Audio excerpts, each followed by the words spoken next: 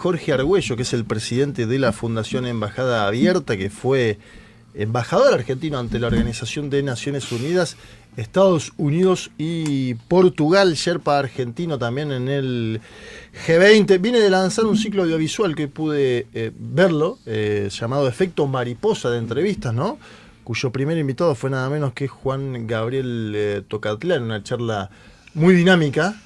También tenías un buen entrevistado, ¿no? Como nos toca ahora a nosotros, pero ¿cómo te sentís en esa función de entrevistador? Me siento raro, es un emprendimiento nuevo de la Fundación. Son entrevistas, más que entrevistas, son conversaciones sobre política internacional con actores diplomáticos, académicos, dirigentes políticos, etcétera, que tengan una vinculación intensa con la política internacional. Es un acuerdo entre la Fundación Embajada Abierta y la UADE, usamos los estudios de UADE, y acabo de cerrar con el grupo Perfil. La salida de nuestro programa va a salir 3 veces por semana en los canales de Perfil. Mira. ¿Cómo me siento? Me siento raro porque no es mi trabajo, le comentaba a Fontevecchia cuando acordamos entrar en la grilla de los canales de Perfil, cuando fiché, y él me tranquilizó porque me dijo: quédate tranquilo, te va a llevar 1000 horas aprender a hacer este laburo. Así que entonces ya me siento más tranquilo. Claro. Tuvimos una primera buena charla para el siglo 2025 con Juan Gabriel.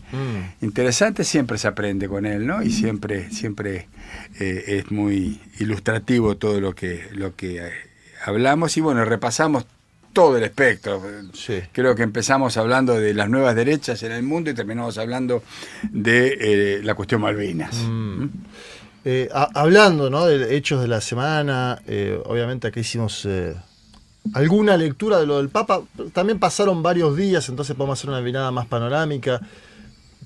¿Qué pensás que deja eso? ¿Cómo impacta en la geopolítica? Vos sos un hombre que analizás mucho la geopolítica, sus impactos, más allá de lo católico, del mundo papal. ¿Influencia, legado? ¿Cómo lo ves hoy a la distancia, ya de una semanita? Yo creo que hay un legado importante, ¿no? A mí me impactó leer, no sé si ustedes tuvieron la oportunidad de ver un largo tuit que publicó el presidente Barack Obama. Sí. Yo no lo vi, a ver. Que no es católico. No, claro. Y que sin embargo reitera una idea inicial. Dice: de usted aprendí esto, aprendí aquello. Y viniendo de uno de los hombres que han tenido mayor peso en la política internacional contemporánea, fue uno de los hombres más poderosos del mundo, me pareció no solamente un ensayo de humildad de parte de él, sino un justo y merecido reconocimiento al rol que le tocó jugar al Papa Francisco, ¿no? Yo durante muchos años, como ustedes saben, tuve el privilegio de presidir la Comisión de Relaciones Exteriores de la Cámara de Diputados, que en realidad se llama Comisión de Relaciones Exteriores y Culto, como el Ministerio de Relaciones, esa vieja tradición hispánica. Entonces, en mi capacidad de culto, presidente de la... Yo tenía una reunión mensual, por lo menos, con cada uno de los jefes de las iglesias argentinas, de todas las iglesias argentinas. Así que durante años, una vez por mes, me iba al arzobispado ahí en Plaza de Mayo. Mirá. Y recuerdo que tocaba el timbre y faltaba mucho para que fuera papa y nadie sospechaba que este hombre iba a ser papa. Tocaba el timbre, es una residencia muy importante sobre la Plaza de Mayo, la sede del arzobispado. Al lado de la catedral, ¿verdad? Al lado de la catedral. Un edificio venía grande. Este hombre, él me abría la puerta, me hacía pasar. Es una residencia importante, le decía, atravesábamos salones muy lindos, muy bien decorados, que estaban llenos de cajas de cartón con alimentos. Íbamos hasta el fondo, en una piecita como esta, nos sentábamos, había una mesa y 2 sillas, y la reunión formal que teníamos con el arzobispo era precisamente con Bergoglio. Una austeridad total. ¿No? Absoluta. Creo que nunca me invitó a un café. Había agua, ¿viste? Y charlábamos los dos y bueno, repasábamos los temas y después me acompañaba hasta la puerta. Y nunca veía a nadie más que a Bergoglio, ¿no? Eso dice mucho del personaje también, ¿no? Les estoy hablando de los años 2000. Así Hay que... una cosa de eso que es como nos pasó cuando fuimos a ver a Mujica, que es es una austeridad genuina, ¿no? Sí, no hay nada impostado. No hay nada impostado. Que todos quienes lo conocían antes. Así es, Martín, es así. Es así. Esa es la sensación que él siempre me transmitió. Después tuve el privilegio de verlo en Roma, ya siendo papa, y era la misma persona con distintos ropajes y distintos roles, obviamente, ¿no? Un jesuita acabado, sí, pero ahora un hombre que tenía una clara noción del poder. Le tengo que confesar que yo siempre tuve la sensación de que él trabajaba para ese proyecto. Que hay, y creo que tiene que ver con la impronta propia de los jesuitas, ¿no? La relación con el poder que los jesuitas tienen es histórica, es desde el comienzo. Y yo siempre tuve la sensación de que Bergoglio se preparó toda su vida para cumplir algún rol.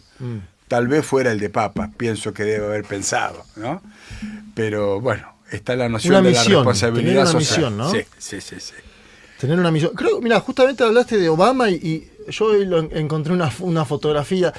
Nos metemos en personaje también, pero aprovechemos que hablaste de Barack Obama para ver esta fotografía donde están ambos dos. Sí. ¿Qué contexto fue? Vos eras embajador ante la ONU. Yo era embajador de las Naciones Unidas. Había sido 5 años embajador de las Naciones Unidas y me designan embajador en Washington. Así que me trasladé directamente de New York a Washington. Mira, esto es un dato de color interesante.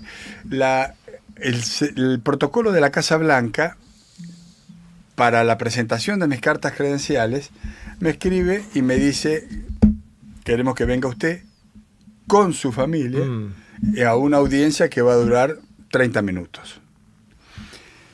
Yo tengo 3 chicos grandes y la más chiquita nacida en Nueva York. O sea, estaba con una allá. Por supuesto, cuando lo llamo a mis chicos para decirle: te mando 3 pasajes porque vamos a ver Obama a la Casa Blanca. Sí, señor. A los 10 minutos vinieron, ¿no? Ya estaban con la valija. A los 6 minutos. A los 6 minutos ya estaban con la valija hecha. Bueno, pero lo que les quiero referir es esto. Vamos a la Casa Blanca, ingresamos al Salón Oval, puerta que abre el propio Barack Obama, que estaba solo. Y fue una reunión de lo más cordial. Pasamos, yo creo que 40 minutos. Tengo fotos de Olivia, mi hija, en brazos de Obama, Obama agachado conversando con Candelaria, charlando con Facundo, con Dolores. Fue muy lindo. La próxima vez que me toca presentar cartas credenciales en la Casa Blanca fue en el año 2020, enero del 20. Recibo la misma comunicación del ceremonial y protocolo de la Casa Blanca que me dice: venga solo a una audiencia de 3 minutos. ¿No? Fíjate vos la diferencia. Cuando se abre la puerta, yo siempre me acuerdo que éramos 3 embajadores que estábamos esperando. Hay imagen acá, ¿no? Sí. El despacho oval, supongamos que es el micrófono. Hay un salón acá y otro acá, con 2 puertas, una de ingreso al Salón Oval. Acá esperábamos los 3 embajadores. Yo estaba primero, pero no por la A de Argentina, sino que yo creo que había llegado primero a Washington. Entonces hay una prelación. Atrás de mí estaba el embajador de la India, con todos sus turbantes, y atrás una señora que era la embajadora de Grecia. Se abre la puerta, que no la abre el presidente, alguien la abrió, entramos, y estaba Trump acompañado de 4 personas. Y bueno, charlamos las obviedades. Creo que tenemos también la imagen de Trump. Ahora la tenemos. Ahí está. Ahí estamos. Fíjense que cambió el cortinado. Claro. El cortinado en la foto anterior era de color rojo intenso. Ahí está.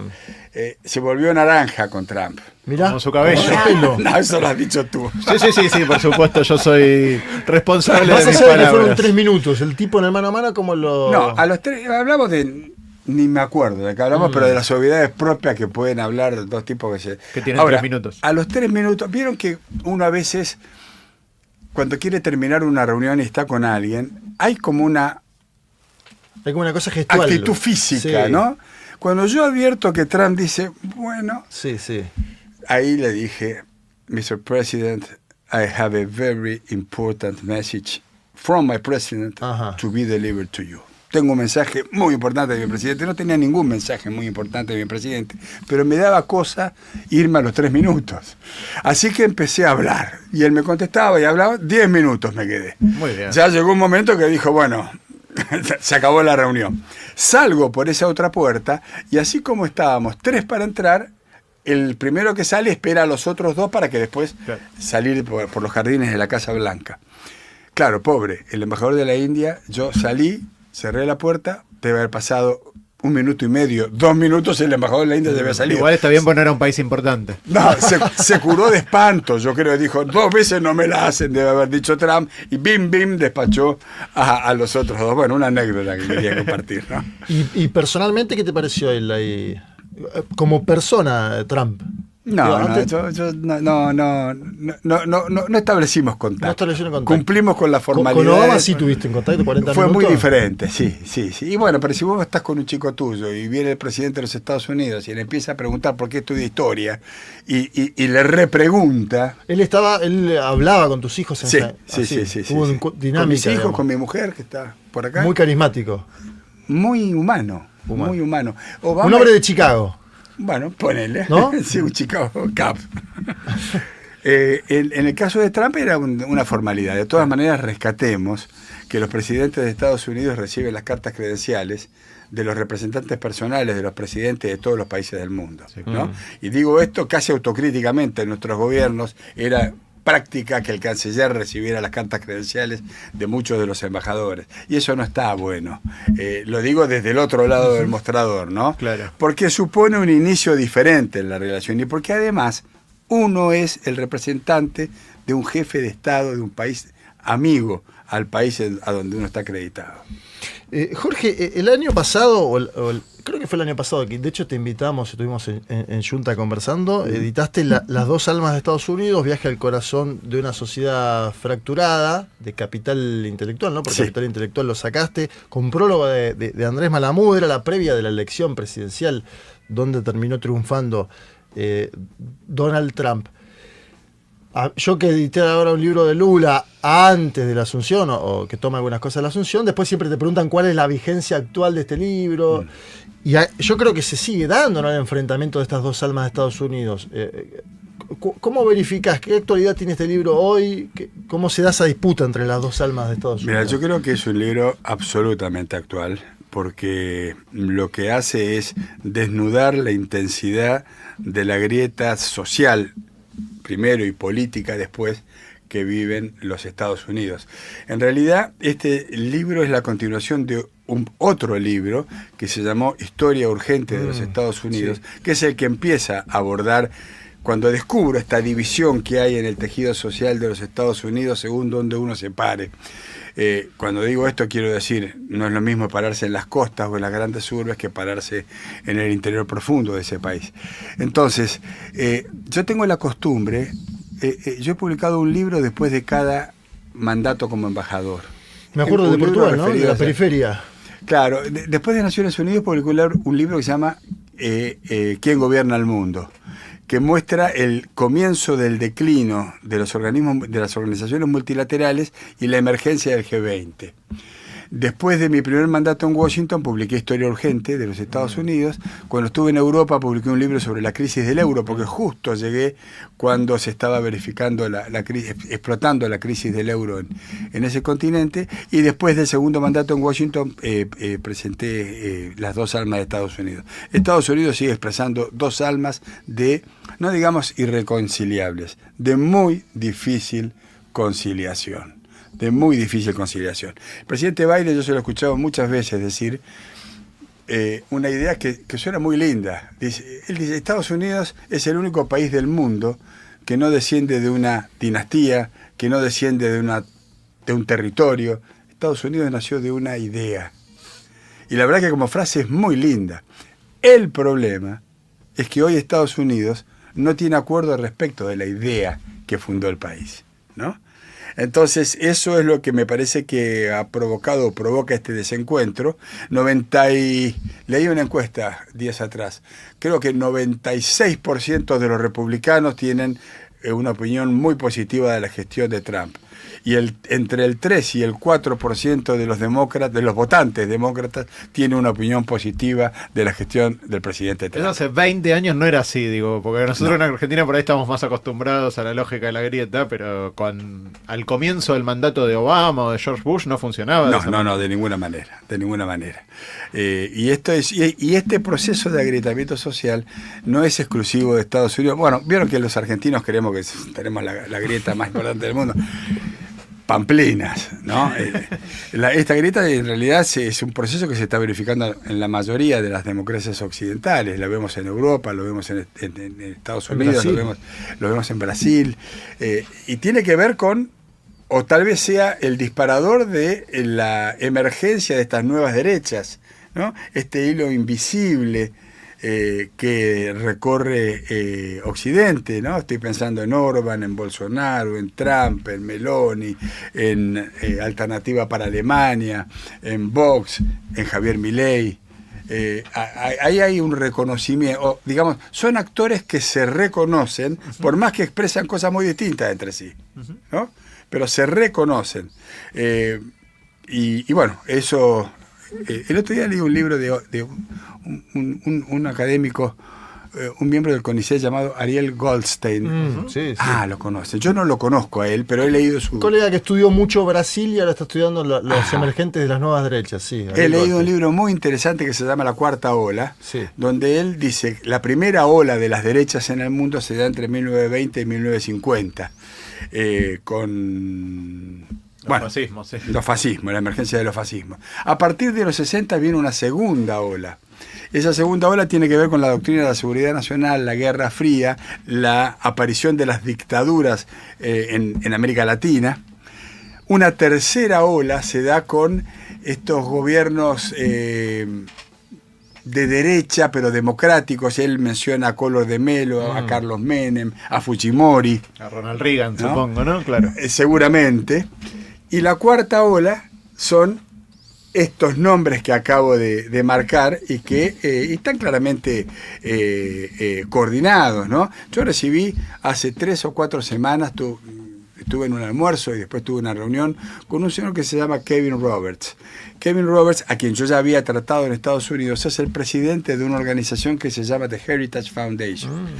The Heritage Foundation es probablemente uno de los principales think tanks, son los que hicieron el proyecto 2025, que inspiró a Trump y que después, como era muy extremo, en la campaña electoral Trump toma distancia y dice... No tengo nada que ver con eso. Exactamente, pero sí tiene que ver. Y la Heritage Foundation es la responsable de la nominación de una cantidad importantísima de funcionarios en el gobierno del presidente Trump. Estaba Robert de visita en Argentina, nos juntamos a conversar. Claro, no estaba de visita en Argentina, está recorriendo el mundo con un equipo de técnicos y académicos de la Foundation, pregonando la buena nueva. ¿No? Yo advertí la misma convicción, esa sensación íntima de que estoy transformando el mundo. Eso es lo que transmite esta gente, ¿no? Así que fíjense que no tiene cargo en el gobierno. Sin embargo, está recorriendo de Buenos Aires y iba para China. Está articulada, es una novedad. Absolutamente. También, ¿no? La CIPAC también, hay una articulación. La Heritage puso al que sí está haciendo cambios, a diferencia de Elon Musk, tal vez, dentro del gobierno de los Estados Unidos. Se me acaba de ir el nombre, pero... el encargado, digamos, de decisiones de personal y de... sí, claro. Viene de la Heritage Foundation. No, hay muchos funcionarios puestos por la Heritage Foundation y mira, yo recuerdo el año pasado, faltaban 4 o 5 meses para la elección. Lo voy a ver, estaba en Washington, no recuerdo, había un seminario, no sé qué, lo voy a ver. La Heritage Foundation tiene un edificio muy importante en Washington, varios pisos, y era un hervidero de gente, faltaban 4 o 5 meses para... Esto fue en junio del 2024. La elección, la asunción de Trump fue en el 2020 y la elección fue en noviembre. O sea, faltaban... Fue ahí justo cuando lanzaron el proyecto 2025. Exactamente. Fue en ese momento que se publicó. El motivo del hervidero ese era porque había cientos de personas en todos los pisos y ahí Roberts me dice, estamos terminando el programa de gobierno del presidente Trump y lo vamos a anunciar en cuestión de horas y efectivamente así fue, ¿no? Así que bueno. Y del otro lado del mostrador, ¿cómo lo ves el escenario? Porque ahí hablamos un poco, ¿no?, de la fundación, de Trump, de su administración, del partido, de las internas, pero ¿qué queda en el Partido Demócrata? El otro día hablamos acá de una gira que están haciendo por el interior del país, sí, ¿no? Alexandra Ocasio-Cortez, Bernie Sanders. Con Sanders. Después otras figuras más, siempre miramos más para Jared Polis, Josh Shapiro, digamos, en Claro. la centrista. Los moderados, entre comillas. Claro. ¿Cómo ves esa cocina? El Frente Amplio, cuando ganó ahora en Uruguay, uno del Frente Amplio me dijo, después de perder tuvimos que tener un año de duelo, me dijo. Un año de duelo político. Claro. Y obviamente después hicieron ese El Frente Amplio te escucha. Digo, no tiene nada que ver la escala de Uruguay y Estados Unidos, pero en algún punto perder una elección es volver al llano y decir, bueno, de vuelta, vamos. Es que la derrota es así. Es lo que a los demócratas les pasa lo mismo que al peronismo. La derrota tiene consecuencias. Falta de discurso, falta de liderazgo, falta de estrategia, falta de espacios de discusión únicos, ¿no? Bueno, el Partido Demócrata está atravesando por esa situación. Esto que vemos, que tiene masividad, han juntado 20, 25, 30.000 personas en estos rallies, en estas reuniones que organizan algunos dirigentes del ala izquierda del Partido Demócrata. Yo creo que no deben ser tomados como un dato nuevo. Creo que es natural que Sanders pueda juntar 25.000 personas, lo que no quiere decir que estemos en presencia de un nuevo despertar de el Partido Demócrata. La derrota, aparte, recuperarse de la derrota necesariamente lleva tiempo. Pero por ahí lo que implica es la derrota de la idea centrista. Entonces ahí sí, por ahí no hay más apoyo para Sanders o Ocasio-Cortez ahora, pero sí queda claro que la alternativa, el mantener todo como venía estando, el nuevo izquierdismo, por así decirlo, quedó muerto, no hay un moderado. Y entonces ahora hay muchos que están empujando más fuerte para una opción radical. Y en particular ahora que está tan fuera de moda el wokismo y toda esta idea de pensar en las condiciones estructurales de racismo y de otras cosas, como que hay que empezar a pensar más en las clases sociales, en la economía, en disruptar eso, y de repente hay como una ventana para discusiones que no se estaban dando en los últimos años. Entonces, creo que es una oportunidad. Estoy de acuerdo. El Partido Demócrata además está de alguna manera con estas acciones tratando de volver a sus propias fuentes, ¿no? Porque en realidad hubo una deserción del partido en lo que se refiere a la base de representación social en los Estados Unidos, y eso lo pagó caro. La ventaja que tiene el Partido Demócrata es que no hay un líder que tape la emergencia de nuevos liderazgos, ¿no? Eso no pasa en todo el mundo, lamentablemente, y entonces está como orégano el campo.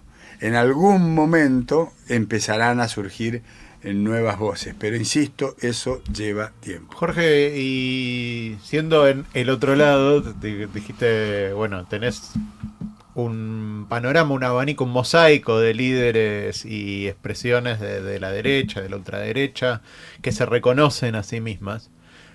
¿Qué hay del otro lado? Digo, uno ve a Lula y a Claudia Sheinbaum en América Latina, de pronto, que se reconocen como vos decís, ve quizás a Pedro Sánchez, pero la verdad es que no parece que dentro del mundo occidental hubiera una alternativa. Y de pronto cuando uno mira, quizás más en términos como se pensaba la política en épocas de la Guerra Fría, hacia el otro polo, tampoco China parece ni siquiera interesada en ofrecer una mirada del mundo alternativa, digo, con una visión ideológica. Entonces, tenemos a Kevin Roberts ofreciéndote una mirada del mundo que ellos están transformando. Del otro lado, ¿quién transforma el mundo? Interesante la pregunta, porque me parece a mí que lo que hay del otro lado es una gran desarticulación. No, América Latina debe estar pasando uno de sus peores momentos históricos. Hay presidentes que ni siquiera se hablan. Y que cuando uno se dirige al otro lo insulta. China es el garante del orden mundial de posguerra hoy. Es el garante del libre comercio en el mundo. así se presenta. Eso vi que lo hablaron, ¿no? Y el país que fue el principal promotor del orden de posguerra es el que está dinamitando el orden de posguerra. O sea, los chinos dirían, nos ha sido dado vivir un tiempo interesante, ¿no? ¿Qué pensás de ese nuevo orden? Creo que teníamos justo aparte una imagen de China, de Xi Jinping. Muestra poderío esto, ¿no? Ya no es algo escenográfico, ¿no? Sino que efectivamente con la lucha arancelaria, que ahora Donald Trump tira un poco para atrás, al menos con los otros países del mundo. Entiendo que con China puede haber alguna distensión o no, lo dirá el tiempo, la historia. Pero esto parece un partido comunista chino, una administración de Xi Jinping bien distinta a la que fue la primera administración de Donald Trump y aquella escalada arancelaria, ¿no? Parece que ahora tienen otra espalda. Mira, esta semana almorcé con el embajador Wang, con el embajador de China, esta semana que pasó. Y estábamos hablando de eso. Yo le decía, embajador, yo estaba en Washington como embajador cuando Trump estableció un arancel, creo que era del 20% para los productos chinos. Y la respuesta de China fue, le compro 200.000 millones más en bienes primarios a los Estados Unidos para compensarle el déficit que usted invoca como responsable de la imposición de aranceles. Qué distinta que es la actitud ahora. Ahora el presidente chino dice, vamos a ir hasta el final. Y yo estoy viendo tweets de distintas embajadas chinas en el mundo que interpelan a Trump. Eso no lo había visto nunca yo. Es una novedad. No es algo propio del Partido Comunista Chino. Hay una nueva actitud respecto de lo que está pasando en el mundo. Y bueno, eso seguramente es algo a lo cual le tendremos que prestar atención y seguir observando porque el proceso está desatado. Yo tengo que confesarles, y Jordana, vos que escribís sobre esto te pasará lo mismo, bueno, y ustedes que se dedican a esto, yo la verdad es que me he dado cuenta que todos los días cuando me levanto y abro los diarios, estoy pensando a ver qué hizo Trump hoy. Sí, bueno, nosotros Shapiro tiene una columna semanal ahora se llama Hablemos de Trump, no es más una columna de un tema de política internacional. Hablemos de Trump. Sí, lo escuché. Es que pasó eso, ahora de repente a veces desde las redacciones te dicen, bueno, hablemos de otra cosa, y uno ya no tiene más. Es qué dijo Trump de cada cosa, qué hizo Trump, cómo reaccionan los demás a Trump, es Trump all the time. Así es. Inclusive, fíjense, este fin de semana Trump podría haberse corrido del centro de los medios de comunicación del mundo porque murió el Papa Francisco. Papa, ni siquiera. Sin embargo, la foto, aparte de la foto del féretro del Papa, están los dos sentados en una foto evidentemente armada, ocupando el centro de la escena. Ahí estamos viendo. Ahora, qué efectivo que es, porque estamos hablando siempre de las locuras de Trump, que hizo, y aunque la mitad no se haga, estamos acá hablando de esto. Exactamente, mira la foto, ¿no? Hay una idea ahí que me trajiste eso, que es, Ezra Klein, un periodista del New York Times, dice que la atención es la moneda, la mercancía, el modo en el que se mide la política en este tiempo. Tiene que ver con las redes, tiene que ver con los medios de comunicación como están concebidos ahora. Sin lugar a dudas. Pienso en eso y yo pensaba, no sé, en 2002, cuando Lula gana las elecciones y va a Davos a dar el mensaje del Foro de San Pablo, cuando se presenta como el presidente obrero, cuando Chávez ocupaba un lugar muy por encima del peso que tiene Venezuela en el mundo, digo, los liderazgos también se han definido a partir de esa capacidad de acaparar la atención. Y tal vez ahí es donde sí Trump tiene una ventaja sobre cualquier otro liderazgo. ¿Has visto otros líderes hoy en el mundo que encuentren esa habilidad potencial de poder, no digo ocupar ese lugar, pero sí por lo menos generar contrapuntos, trabajar sobre la atención con alguna destreza como lo hacía Lula, como lo hacía Chávez, Fidel Castro, como lo hacía De Gaulle, no sé, digo, gente que pueda poner a sus países en el centro como lo hace Trump? Sí, debe haber varios. Yo creo que Macron lo intenta, por ejemplo, el presidente Emmanuel Macron, pero no no llega a cumplir el objetivo. Hoy para mí el caso de Donald Trump es un caso único, porque si uno piensa en Xi Jinping, es distinto. Hay una estructura de millones de cuadros del Partido Comunista que acompañan la imagen de Xi. Xi va a ser un hombre más importante y más trascendente en la historia de China de lo que fue Mao. ¿Por qué? Porque va a gobernar más tiempo que Mao, y porque yo creo que con el tiempo, así como cuando uno va a China se da cuenta que la figura de Deng, que es el padre de esta etapa, prácticamente no se ve. Mao ocupa todo el espacio. Ahora, yo me imagino que dentro de unos años el espacio va a estar ocupado por Xi Jinping, por el impacto que el liderazgo de este hombre tiene sobre el partido y por el giro que le está dando al partido. No es solamente que la economía china crece y pronto, para el 2050, dice Goldman Sachs, va a desplazar a los Estados Unidos como primera economía del mundo. No es solo por eso, sino porque este cambio de actitud, parece chiste, pero estos tweets que empiezan a aparecer en la embajada de China en Honduras, por ejemplo, nos marcan a nosotros una actitud diferente frente a lo que pasa en el mundo, que podría tener que ver con la toma de conciencia de la nueva responsabilidad que China nunca mostró que quería asumir, que es la del liderazgo global. La experiencia china se puede resumir, se puede acotar al sur global, donde ha habido una estrategia claramente implementada y el desarrollo y la ejecución de una política. Ahora las circunstancias lo están colocando en un lugar en donde, si se verifica el aislamiento de los Estados Unidos, si se completa el decline de los organismos multilaterales, el rol de China va a ser el rol de jugador global. Así que bueno, eso es lo que nos ha tocado ver.